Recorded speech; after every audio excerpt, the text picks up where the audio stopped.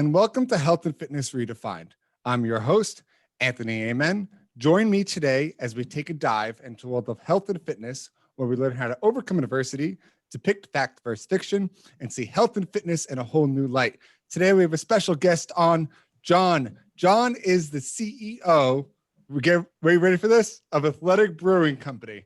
I know a lot of you guys watching this right now are like, oh my God, that's the beer you drink during almost every episode. Yes, it's true. So I'm super excited to do this. I absolutely love what he's done with the company. I want to know his story. I'm sure you guys want to know it too. So John, welcome to the show. Thanks very much for having us. And yeah, super excited to share the story. One little correction. So Bill Schufelt is the original founder and CEO, as it were. I'm the other co-founder, and I'm the head brewer guy. So that's even better. We got the head brewer on. the production side. But yes, like to be here. Thank you. I'm super excited, man. I want to hear, I guess, tell us from Bill's perspective, because he said he was the original one who founded it. Tell him why he started the company, how you got involved, and let's hear it. I'm excited. Yeah, for sure. Yeah. So, way back in Bill's history, Bill was a busy hedge fund manager type, and, living a pretty wild life, trading in the European market and the Asian markets and US markets. And, life, as you can imagine, was super busy and stressful in that workplace. So, that was busy, and there were after hours engagements that you're kind of like required to go to.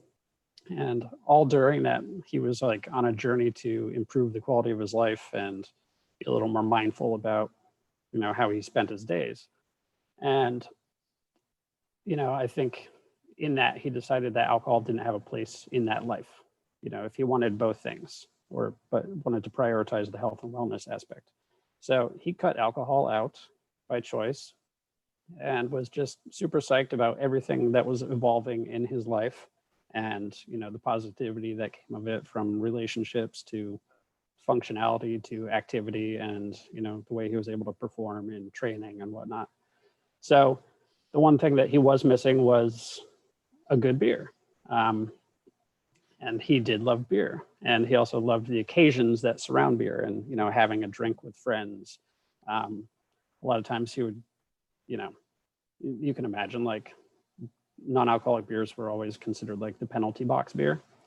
And so if you were the one that ordered that beer, all your friends were like, oh geez, what's wrong with this guy? And you're the butt of many jokes.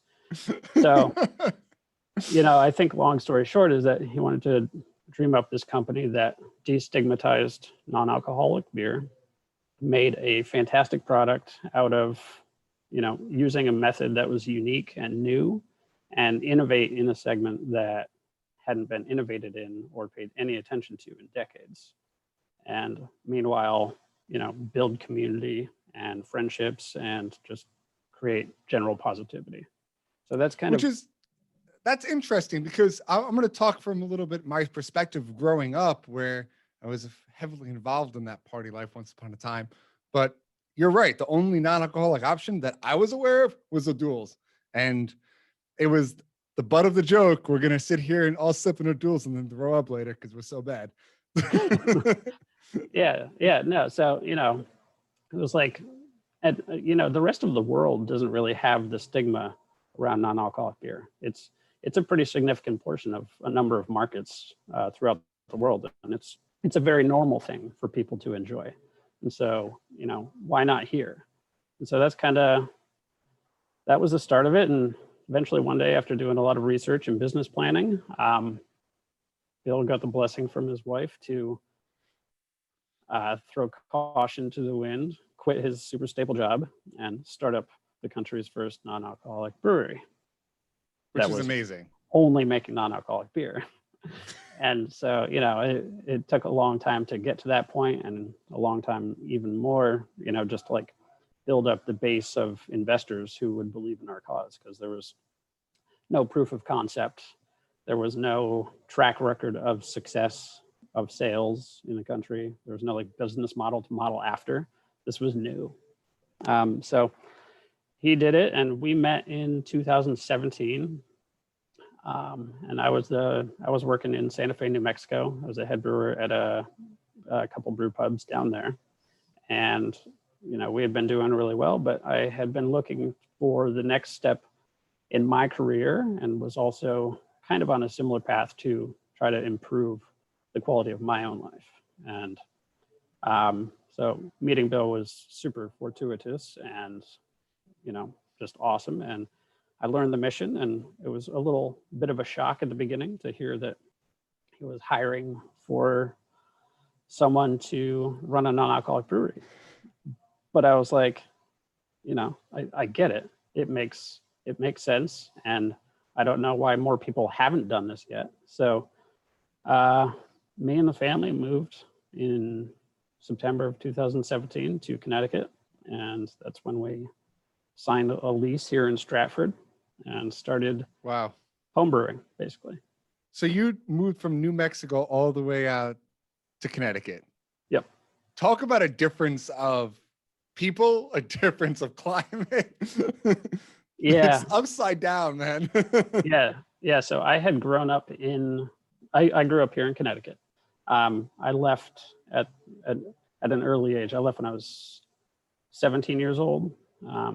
And at that time in my life, I vowed to never return. Come to find out that later on in life, when I became a father, and in retrospect, I was like, oh, you know what? That's a fantastic place to raise children. And so we were kind of looking for a great place for our kids and to be around family. But yeah, I mean, totally different lifestyles, different food, different, pace of work. Very, very much go get 'em in the Northeast, and very laid back in land of manana out in New Mexico. They both have their benefits, but yeah, very, very different. Yeah, this is coming from a Long Island boy, so my born and raised, it's this in New York, same as Connecticut. And when you go down south and you're waiting in line for the grocery store, it's always that stigma. Like, the person in front of you is going to have a 20-minute conversation with the cashier about how life is going, and you're just like, come on, I gotta go, I got places to be. Yep. Yeah. So yeah, my 17 years in New Mexico, I think helped me build some patience and helped me slow down and appreciate the finer small things. Which is definitely healthier for us in the long run, which I think we need to take a step back in New York. Yes. No, I agree entirely. So yeah, that's kind of our story. And like from there, we started from ground zero as far as brewing, because we didn't want to do it the way it had been done for decades in the past. And so we kind of spent 9 months developing our own process by way of home brewing in the warehouse. And then as the brewery was under construction, we started brewing in my garage. And Bill would come up on the weekends or weekdays when he wasn't doing sales calls or fundraising, and we would hand bottle in my garage. He would bring those bottles to like Whole Foods and Trader Joe's and local markets and be like, hey, you guys want to buy this, right?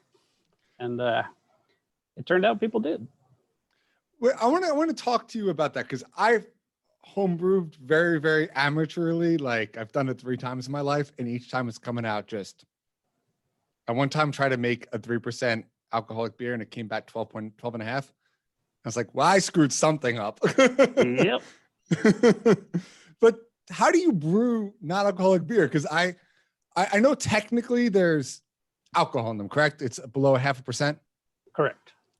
So how does that process work, if you don't mind taking us a little through the back end of it? Yeah. So, I mean, traditionally speaking, there was vacuum distillation. You can, brew a normal strength beer and then remove the alcohol via vacuum distillation, reverse osmosis. If you really need to, you can boil it off, because alcohol is volatile at a much lower temperature. So we kind of didn't want to go that path. So basically we took just a normal brewing approach and tweaked the recipe, tweaked the process, the temperatures, all the times in the process. And basically we have like this mosaic of changes in the traditional brewing process that allows us to have a fully fermented beer at under 0.5%. That's pretty interesting. I just want to know a little bit. Athletic Brewing. So for those that don't know, it's on the back of the can, you have the calories, you have the carbs, proteins, fats. It just gives you an idea of what's inside. And where did that name come from? And what made you take that approach of going more of the healthier, like this is the nutrition label on a beer, because you never see that. So how did that come into play? Yeah, so I just know the backstory on it, and because it predates me. So Bill had some friends that he was working with, and they're still our great friends and partners in the creative landscape, fair folk out of Boston. But they had, they did this whole name search and this feel out, like, what is this brand going to be? What should it be? And Athletic was on the list. And I think at first it wasn't everybody's favorite, but then when it came down to it, what it evoked in people's lives and like what it stood for was everything that we wanted the company to be, which is positive, active, inclusive, engaging, and just a good, happy thing. And so that's kind of where it came from. So we stuck with it, and yeah, in hindsight, like, it's a super strong name, and I love what it does for the category and for our community as well. Yeah, definitely. It does a lot. It makes you feel better drinking. I don't know if it's all psychological, but you just feel better because you're like, oh, look, it's Athletic. Yeah. I mean, so, maybe it is a non-alcoholic beer, but more importantly, it's an Athletic, and that means good. Yeah, absolutely. I got two important questions that are just burning in my mind. Just like, the first one is, what made you guys start? I know you do your 2 for Trails program, which you donate to help rebuild parks and help get involved in wildlife. So I want to know more about that. And then I want to know, how the heck do you make them taste so good? Because like I've said, I've had different NA beers and they're just horrible. Yeah. But that IPA especially, it tastes very similar to the IPAs I'm usually drinking that are alcoholic. So I want to know both, and you can pick which one you want to go through first. Okay. All right, cool. Yeah. So I'll start with the beers because we're on process. But what it comes down to is that I think historically nobody had really paid the attention that non-alcoholic beer deserved, that craft beer does a great job of, which is showcasing the ingredients. Just nobody had cared for a long time. Craft beer came along and they're like, hey, guess what? All these malts, all these hops, they're super unique. They taste great. They're delicious. We have to showcase them. And that's what, aside from community, I think that craft beer was built on flavor, and people love flavor. And so kind of took that and we're like, how do we showcase all of these same ingredients in the same way? And it's basically by doing nothing to them, just letting them be. And so, we use all the same exact ingredients. We use an all organic base Vienna malt that's custom made for us. We have all of our hops come from the Pacific Northwest and Germany and the UK. And it's just like all the great flavors that craft brewers are using, just in a different format. So don't do anything differently, basically. So that's the answer to that first one, and thank you. And 2 for the Trails is just one of a couple of our impact programs that was there again from inception, where 2% of total sales from our company go directly to trail and park cleanup.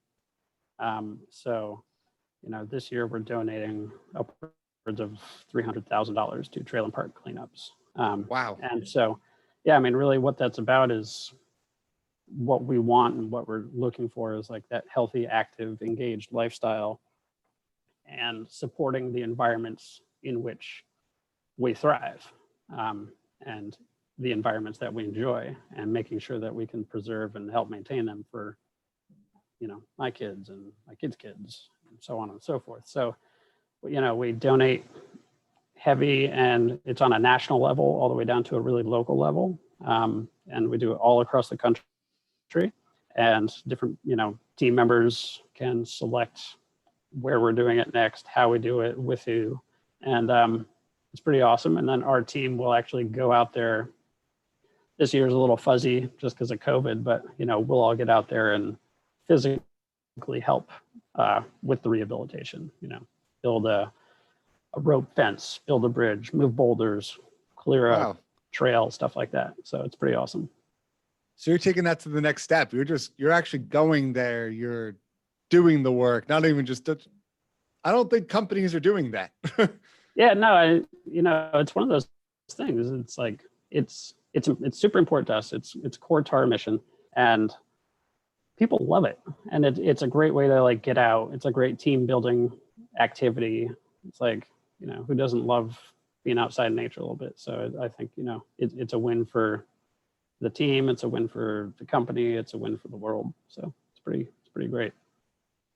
Yeah, I love that. And then what's the future coming for you guys? I mean, it's the new year. We're just starting 21.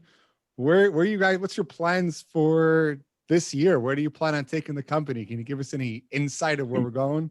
Yeah, for sure. So, it was a crazy 2020 for sure. And we did a whole lot of groundwork building in that quiet time. And we built our team up tremendously.